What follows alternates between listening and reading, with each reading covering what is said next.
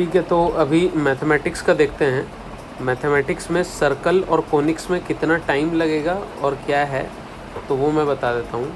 Conics मतलब basically parabola, ellipse और hyperbola तीनों हैं, तीनों का कॉम्बिनेशन है। ठीक है, तो तीनों के कॉम्बिनेशन में और जो अभी अनफिनिश्ड टॉपिक्स है एज सच, तो उसमें थोड़ा सा पहले टफनेस लेवल देख लेते हैं और उसका रेलिवेंस लेवल देख लेते हैं। तो सर्कल और कोनिक्स बहुत रेलिवेंट है, हाईली रेलिवेंट है। काफ़ी क्वेश्चंस आते हैं, AOD, differential equation, vector 3D, complex और प्रोबेबिलिटी से काफ़ी क्वेश्चंस आते हैं। रीजनिंग उतना ज़्यादा नहीं पूछा जाता है और रीजनिंग रिलेटिवली इजी भी टॉपिक है, तो ये एक दिन का काम है, एक दिन में निपट जाएगा। ठीक है ना। उसके बाद दूसरा है, ये 11th के टॉपिक्स है, ये 12th के टॉपिक्स है। रीजनिंग तो मैंने बता दिया, वो ईजी ही है। ठीक है, तो सीक्वेंस ऑफ इवेंट्स जानने से पहले ये देख लेते हैं कि किस में कितना दिन लग सकता है। तो कीपिंग इन माइंड क्या क्या चीज़ें करनी है, सबसे पहला तो स्टेप नंबर 1 है लेक्चर कंप्लीट करो।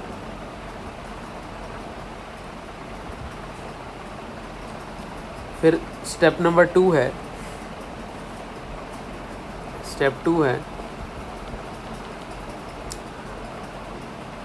सिंगेज के इलस्ट्रेशंस करो। स्टेप 3 है शीट्स के एक्सरसाइज 1 एंड एक्सरसाइज 2 करो। स्टेप 4 है जेई मेंस PYQ करो। और इन्हीं स्टेप्स में जो इम्पोर्टेंट क्वेश्चन को टिक कर लो, जो तुम्हारे इम्पोर्टेंट क्वेश्चन है उसको टिक करके रखो। ठीक है ना। उसके बाद स्टेप 5 है इनका class notes plus important questions जो टिक हुए थे। ठीक है, जो इम्पोर्टेंट क्वेश्चंस आपने टिक किए थे, कौन कौन से सोर्स से टिक किए थे। पहला लेक्चर्स में जो क्लास के नोट्स के क्वेश्चंस को टिक किया था, सिंगेज के क्वेश्चन, शीट्स के क्वेश्चन और जेई मेंस के PYQ के क्वेश्चंस को जो टिक किया था उसको रिवाइज करना है। ठीक है, तो सर्कल में कम से कम ऑन एन एवरेज 4 दिन लगेगा। कोनिक्स में ऑन एन एवरेज 6 से 7 दिन लगेगा। हर एक टॉपिक्स को, जो एलिप्स है, पैराबोला और हाइपरबोला है, 2 दिन कम से कम लगेंगे इनको थ्रू एंड थ्रू करने के लिए। 2 से 3 दिन, तो आप इसको 9 दिन पकड़ लीजिए, इतना टाइम तो लगेगा। एप्लीकेशन ऑफ डेरिवेटिव्स में कम से कम 4 दिन लगेगा। डिफरेंशियल इक्वेशंस में 3 दिन में हो जाएगा। वेक्टर 3D 4 दिन में हो जाएगा। कॉम्प्लेक्स नंबर में क्योंकि स्ट्रेट लाइन के भी कंसेप्ट्स वगैरह यूज़ करते हैं और थोड़ा सा लेंदी है, तो उसमें भी 4 दिन लगेगा।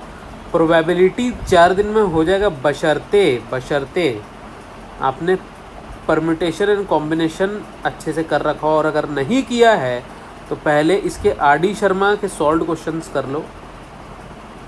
RD शर्मा के कुछ इलस्ट्रेशन से सॉल्व क्वेश्चंस कर लो RD शर्मा से। उसके बाद ये स्टेप्स करो, सिंगेज, शीट्स, जेई मेंस, PYQ। पहले परम्यूटेशन एंड कॉम्बिनेशन अच्छे से कर लो, उसके बाद सेम कंसेप्ट प्रोबेबिलिटी पे लगा लो।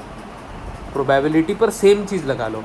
Permutation and combination RD Sharma से कर लो, प्रोबेबिलिटी RD शर्मा से नहीं करने की ज़रूरत है, लेकिन प्रोबेबिलिटी में ये स्टेप्स तो फॉलो होंगे। और प्रोबेबिलिटी में टेक, अगर इनकेस अगर तुम्हारा कॉम्प्लेक्स नंबर क्या कहते हैं, परम्यूटेशन और कॉम्बिनेशन अगर पूरी तरीके से कंप्लीट है, तब तो ज़्यादा समय नहीं लगना चाहिए। ठीक है, लेकिन अगर परम्यूटेशन कॉम्बिनेशन में ज़्यादा कॉन्फिडेंस नहीं है, तो इसमें 3 दिन इसका पकड़ लो। और प्रोबेबिलिटी का भी आराम से 5 दिन या चलो 4 दिन तो पकड़ ही लो। ठीक है, रीजनिंग तो एक ही दिन में हो जाएगा। तो टोटल अगर नंबर ऑफ डेज अगर काउंट करें तो 13 दिन, 17, 20, 24, फिर 28, 32 और परम्यूटेशन कॉम्बिनेशन का 35 लगा लो, इसको 36, तो 36 डेज में टोटल इन टोटलिटी 36 डेज में मोटा मोटी कवर हो जाना चाहिए। ठीक है, हमारे पास अप्रॉक्स 2 मंथ है, मतलब 50 डेज़ हैं, ऊपर नीचे हो सकता है। बाकी अगर समय मिले तो जो टॉपिक्स के जो मतलब मैक्सिमम टॉपिक्स के जो हमने सिर्फ एक्सरसाइज 1 किए थे, तो उसको एक्सरसाइज 2 भी कर लो और जेई मेंस के PYQ भी लगा लो, ठीक है। मैथ्स में पहले भी बताया था कि पर डे थोड़ा सा टाइमिंग बढ़ा लो, 30 क्वेश्चंस तो बनाना ही है, 30 questions practice daily apart from the lectures if you are seeing, ठीक है ना। मान के चलो कि 1 घंटे में मोटा मोटी 8 क्वेश्चंस बन जाते हैं, तो 4 आवर्स 3 to 4 आवर्स पकड़ दो, 8 से 10 क्वेश्चन तो बन ही जाएंगे 1 घंटे में।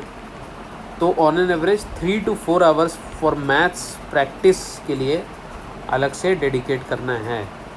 और ऑफ कोर्स फिर मैं वही चीज़ बोलूँगा कि रिवीजन के लिए जो लिखा गया था ऊपर में, जो ऑलरेडी टॉपिक्स कवर हो चुके हैं फिज़िक्स और केमिस्ट्री और मैथ्स का, एवरीडे सिर्फ एक चैप्टर, या तो फिर फिज़िक्स या फिर केमिस्ट्री या फिर मैथ्स का कोई एक चैप्टर का लास्ट को नोट्स का रिवीजन डेली बेसिस पर करना ही करना है, ठीक है। तो ये रही बात मैथमेटिक्स की। अब केमिस्ट्री की बात कर लेंगे नेक्स्ट वीडियो में।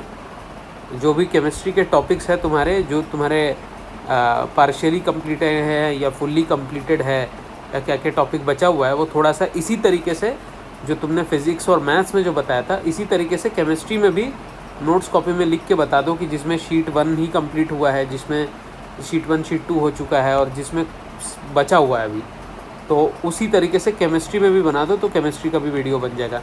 फिज़िक्स और मैथ्स का तो बन ही चुका है, ठीक है।